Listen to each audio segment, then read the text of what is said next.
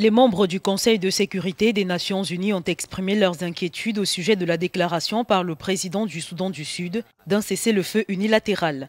Pour les États-Unis, le Royaume-Uni et l'ONU, la déclaration du président Salva Kiir coïncide avec le début de la saison des pluies qui freine l'avancée des combats. Le président Kiir a déclaré une fois de plus un cessez-le-feu unilatéral et déclaré qu'il avait de nouveau accepté d'envisager la libération des prisonniers politiques. Nous accueillons ces déclarations, mais il doit maintenant prouver que ce sont des engagements significatifs, pas seulement à un moment opportun à cause du début de la saison des pluies, lorsque les combats se font plus difficiles.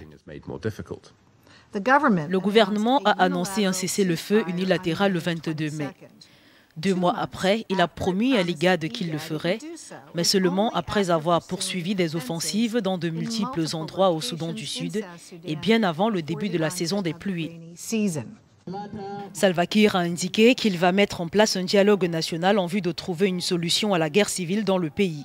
Il a toutefois précisé que son rival Riek Machar n'était pas invité à ce dialogue.